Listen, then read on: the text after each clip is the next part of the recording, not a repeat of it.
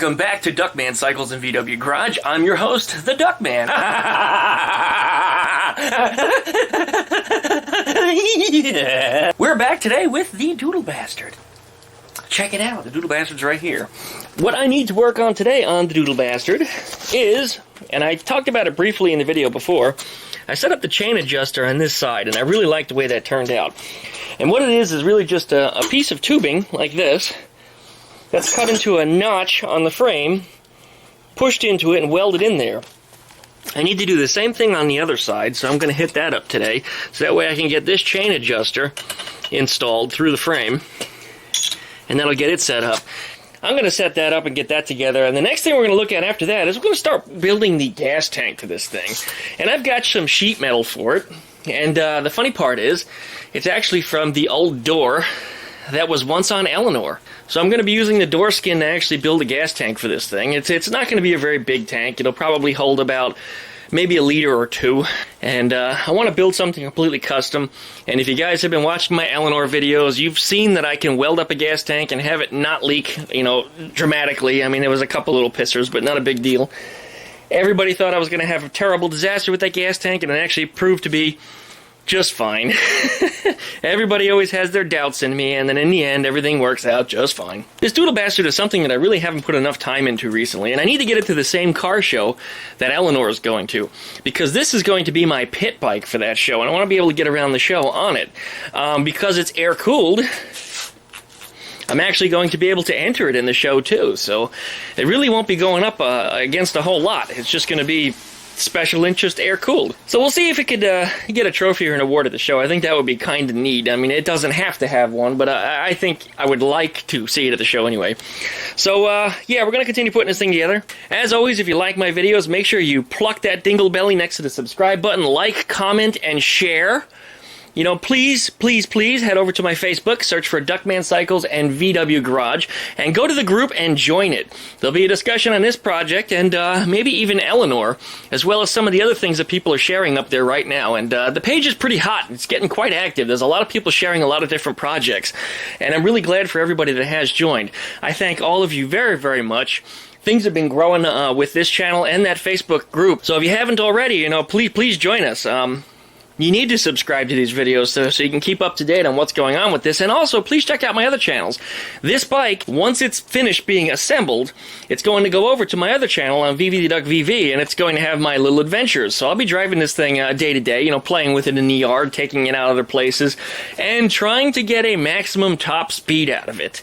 And I think I'm probably going to run a contest as to what the max speed is going to be, kind of similar to how we did it for the gas tank contest on Eleanore. You know, so if you can get the closest speed, and we're going to do this in American miles per hour, you want to list it in kilometers, that's fine. We'll do the math and convert it back to miles per. We're going to talk about what kind of prize we're going to offer out on this thing, and we're going to talk about when we're going to do that contest. It's coming up in the very, very near future. As soon as this thing gets rocking and rolling and on the street, I'm going to actually use a GPS speedometer on my smartphone to determine the speed. So I'm going to put a crossbar across here, and I guess I'll probably just use a little piece of duct tape or something, hold it on there. We'll take it out to some large parking lot somewhere and just let her rip and see just how fast this thing is going to go. So like I said, there's going to be a contest on this, so you guys are going to want to stick around for this for sure and follow these videos, subscribe, so that way you don't miss it. That way when I discuss it, and don't forget to pluck that little dingle belly down there so that way you get an update when I upload the next video on this thing. Let's go ahead and get this thing going. Really, what it comes down to that this bike really needs right now is it needs the back wheel adjusters finished, get that squared away, build my gas tank, put some kind of petcock on it, and, petcock, and a couple other minor little changes. I have to make the rear brakes work, for example, and I believe these are probably fine, and they probably will work for what I need for at least the test run. Down the road, I'm going to upgrade them, but let's just get this thing together, get it running. As I said, wheel adjuster, gas tank, some kind of fuel supply. This thing, it will be ready to go. I mean, at that point, I can take it out.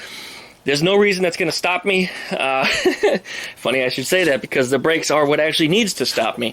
Well, I guess on a small bike like this, you know, even if I'm doing 100 miles an hour, I could always just put my feet on the ground, right? That works for brakes. You could always just ditch it, too, and let the bike go. No, we're not going to do that to the DoodleBastard. Alright, let's continue finishing this thing and get this thing squared away. As always, thanks for watching, you guys, and let's roll that intro.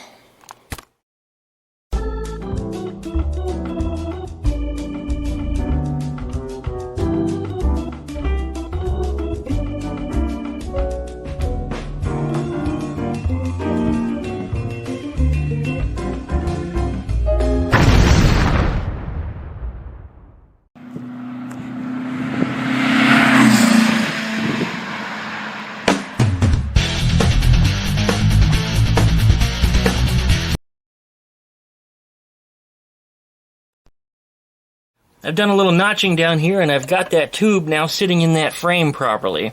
So now I just have to go ahead and go around the edges here and weld it in.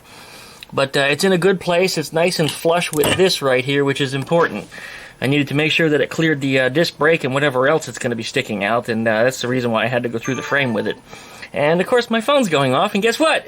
That's right, it's my day off. So I'm not answering shit from anybody today. I'm making videos for you guys instead. So anyway, I'm going to start welding that on in there and get that squared away. I also have to change out the SD card and the camera because I'm running low on minutes. So anyways, we'll be back in a few. Alright, we're back after a 2-hour hiatus of dealing with phone calls and other bullshit associated with, man, there it goes, my friggin' phone beeping again. With work, because work wants me to work on my day off once again, and I had to tell him over a period of about 2 hours of exchanging messages and various details as to what's going on, that I am not working today, and that your poor management in sending me parts that don't work to the site when I am available is causing additional problems. So as I said to him, you need to fix your shit or I can't fix the shit. So, you know, pretty much that's what it comes down to. I can't do my job if you don't do yours. Anyway, it's been a little quiet since, and I think the problems are being taken care of internally. But, you know, if they tell me to go piss off or go find some other job, guess what? I don't have a problem with that because I do a million other things. I'm self-employed anyway. I work for me. I've got a lot of other customers. I don't need this one. Anyways, this is what I was cutting and welding on.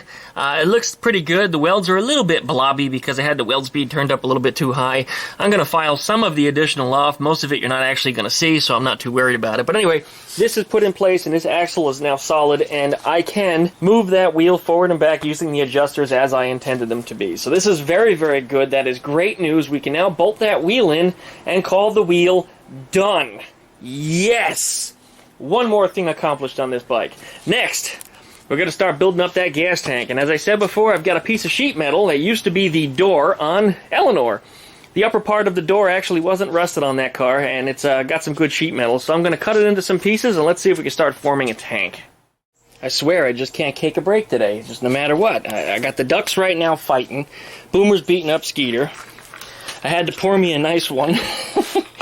It's a little slushy again because that cola flash froze again, but I'm starting to notice I like it that way. It doesn't matter so much if it doesn't have the bubbles in it, so I might just be sticking with that. But work won't leave me alone. Day off, ducks are fighting.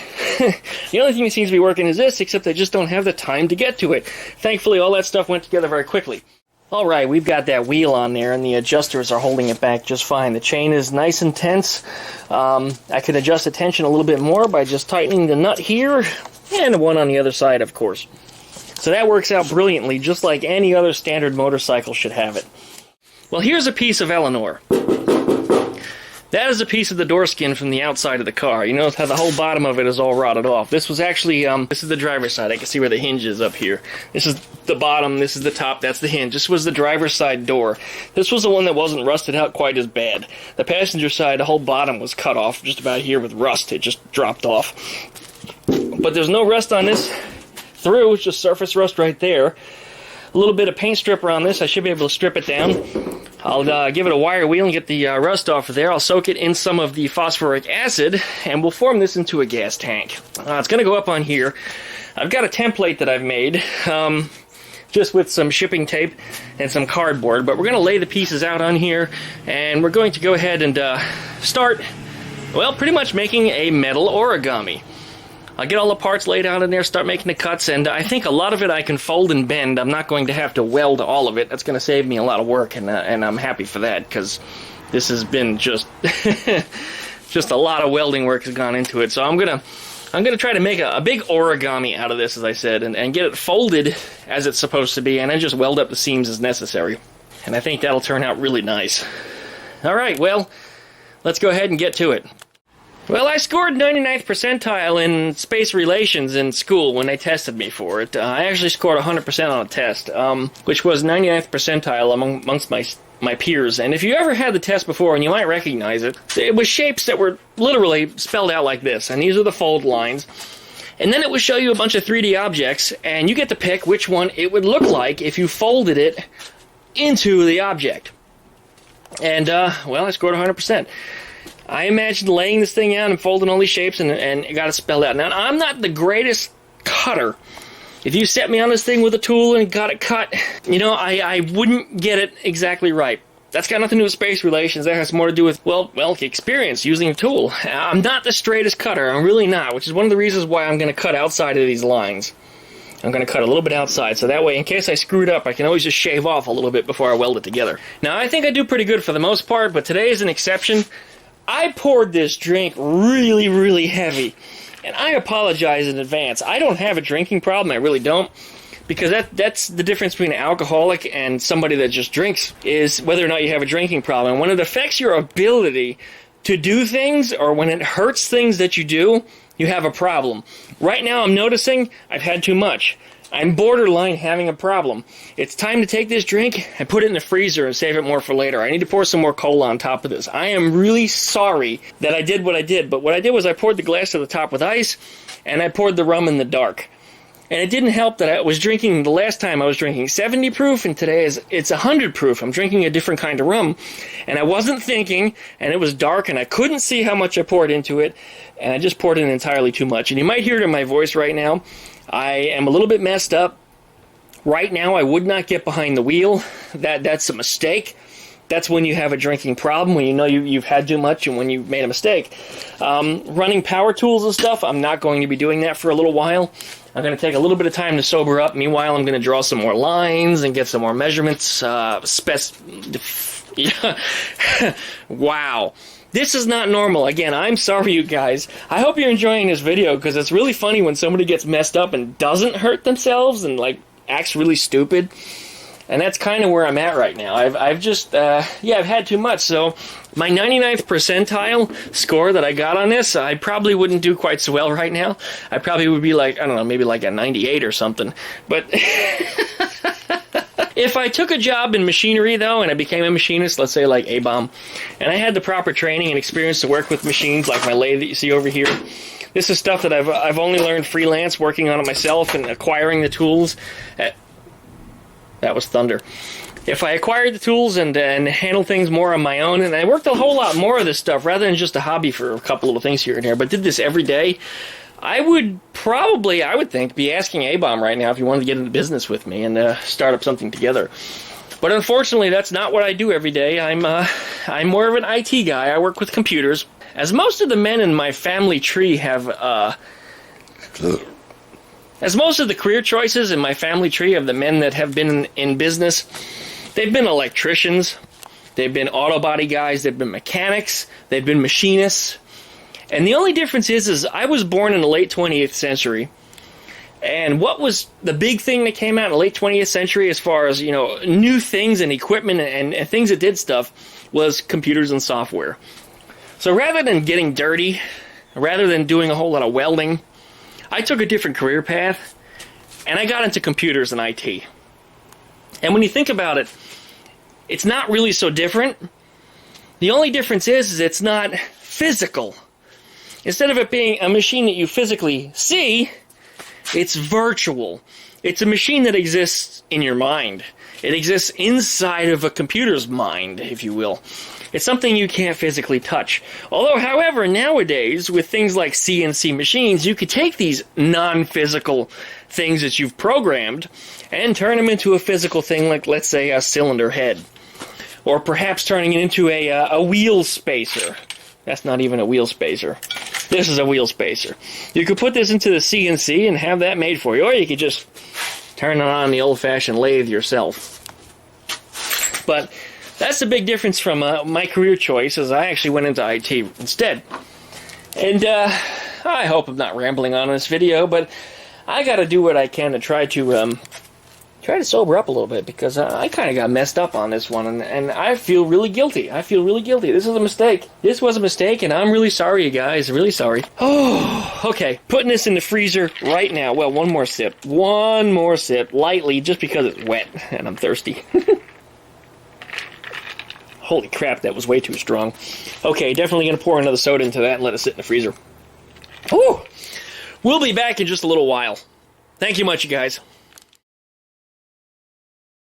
It also just continues raining today. I mean, just raining on and off again, on and off again. I figured it'd be a good time for the ducks to play in the pool.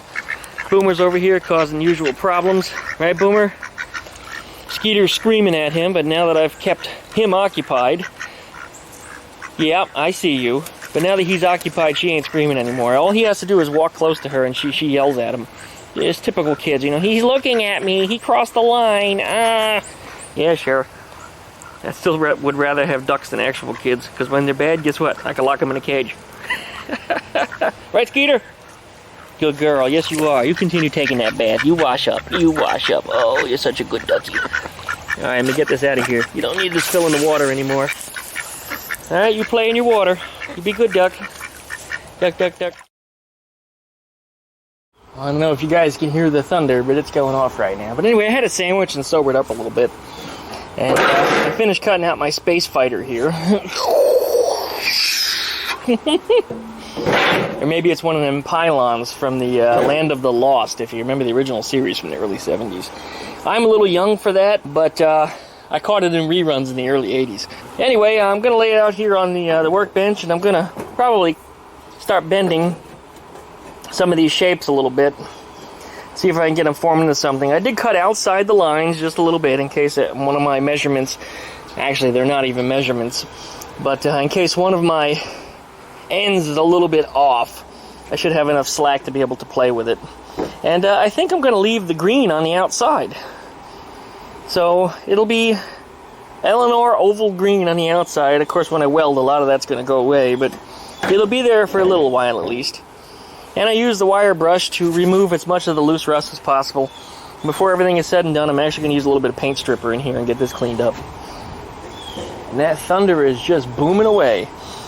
But we're going to continue right away on this project, and let's see how far we get. It's getting there, a little bit of beating with the hammer, and it turned into a alien scorpion jet fighter looking thing. Kind of neat.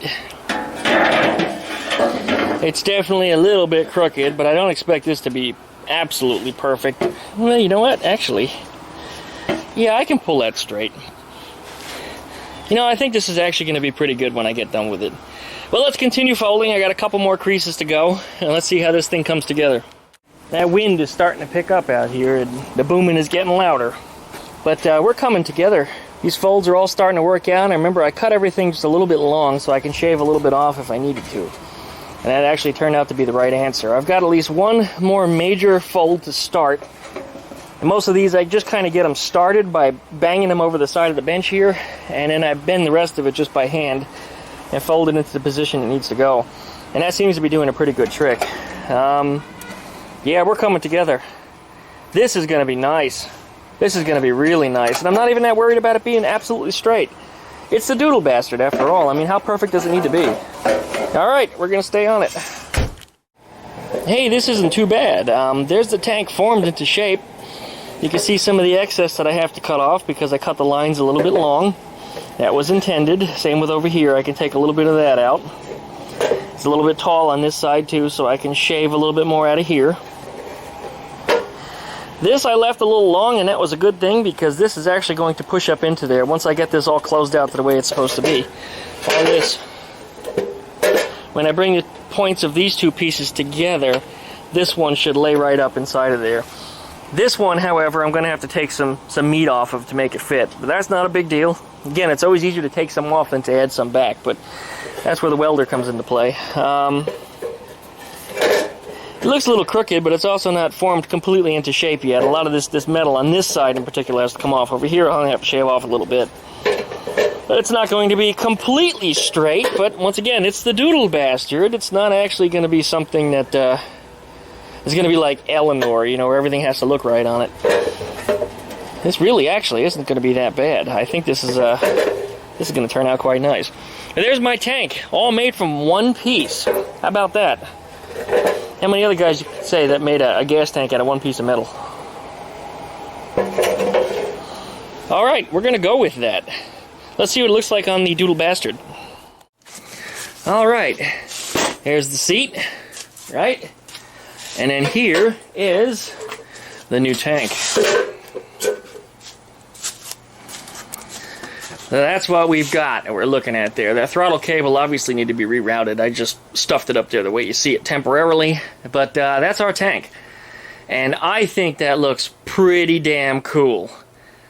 Yeah, I'm overly satisfied with that. Let's go ahead and start cleaning it up and start welding it together and see what it winds up looking like. But yeah, overall, that is where it needs to be. No, that is just too cool. Okay. We're doing good. Thumbnail image. How about that? So anyway, that's how that's turning out, and I think this whole damn thing is looking pretty good. I'm trying to come up with an idea for a cap without cutting apart another gas tank or something that I've got to see what I could do with it. And one of the ideas I came up with, and I can't seem to find a piece right now. Oh yeah, there it is. We'll just use a cap from a metal can. And I cut that out earlier, so I think I could weld that in there pretty easily, and that'll give me the cap that I need without going overboard. It probably should be vented, but, you know, I mean, all it needs is a pinhole in it, and I think I can make that work out. I can actually install a little vented bung up here also, and then run a hose down and below like a lot of the dirt bikes do. So that'll give me the venting that I need, and if it does decide to spill anything, it'll just drip out down below somewhere where it's not going to hurt anything. So I think that's coming together pretty good. We're looking at the seat here, and the shape of everything, and you know, this bike is it's really cool. It's really cool. I'm really excited to be blasting down the street with this thing. Well, I'm going to finish up the welding on that tank. I have to scratch off some more of this paint first, because that's one of the troubles that I'm getting into up here, is that it's burning through in the places where I didn't take off enough paint, because what you're doing is you're applying too much heat to metal that's not exposed enough, so all it does is just burn it off. And I've discovered that if the metal is much more bare, you get a much better weld. Now, anybody could tell you that, but scratch off some more of the paint, at least like that, you know, 1/8 of an inch, 1/4 of an inch is even better, and then weld over that area. And you don't have as much burn-through problem, because it doesn't focus all of the heat into one little area. Alright, we're going to stay at it.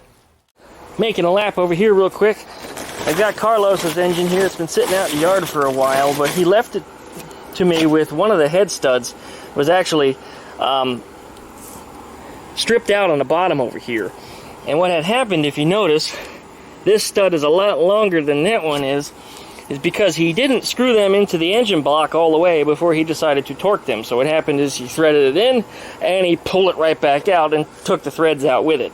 So what I did was I actually got a stud that was about 1/2 inch longer, and I properly threaded it in all the way, and then I torqued it down, and it torques down just fine. Sure, some of the threads at the very top of the hole are a little damaged, but the ones down deep that really count are holding in there just fine. But he brought me the engine and brought me all the parts, but did not bring me any push rods. So it's not possible for me to install the rockers on there. So I think what we're going to do is we're going to leave the rest up to him. And that's just the way it's going to be. So anyway, we'll probably see him tonight at the Volkswagen meeting, and I'll let him know that this is all done and has been done for probably about a week or two. But yeah, the rest is going to be on him. I'll be glad to help him out. But if I don't have all the parts, I can't finish a job. It'd be nice if I put the rocker on the right side. The right way up. There we go. Ah, come on! This is just impossible to do with one hand. There we go. They're supposed to go on like that. But without the push rods in here, the rockers don't do much anything. They just slop around. So anyways, he's got to get those push rods. I don't know where they are. I don't know what he's done with them. I looked through all the junk here that he's provided, and there's no push rods in here, clearly. Just no push rods. Oops. There's a nut there. He was also missing a couple of, oh, here it is. He was also missing a couple of head nuts, too, so I had to come up with them. And I'm a little frustrated with him over that situation, because he told me he was going to have everything here, and he did not. Very obviously did not. So, Carlos, I'm on your shit right now. Yeah, mister, you brought me a half-ass situation here, so I'm gonna send it back to the asshole that brought it. I love you, man, but, you know, you didn't give me everything that I needed, so I can't give you everything that you want. Well, moving on. Back to the DoodleBastard. I think we're at a stopping point today. I wanted to do a little bit more welding up here, but unfortunately, due to the fact that I have a car club meeting tonight at 7, and it's only about 45 minutes away from 7, I need to stop what I'm doing and start taking a shower and getting ready to get the hell out of here. So anyways, you guys, thanks very much for watching. Don't forget to like, comment, and subscribe. And don't forget to pluck that little dingle belly down next to the subscription box. That way you get updates every time that I upload a new video. Don't forget, we need you to join over at the Facebook page. Go over to Facebook, type in Duckman Cycles VW Garage, and join the group. There'll be a discussion about this, as well as Eleanore. And a few other things that I'm working on, like the CR500 and or the Pook Moped. And Carlos's engine, which is back over there. So thanks you guys very much for watching. I really appreciate you guys sticking with me and really promoting my channel and pushing it forward. I mean, it's blowing up to the stratosphere right now, and I mean, we're rolling up to almost 15,000 subscribers right now at time of this video, and to me that's just amazing. I just can't believe that 15,000 people actually want to watch the bullshit that I'm building.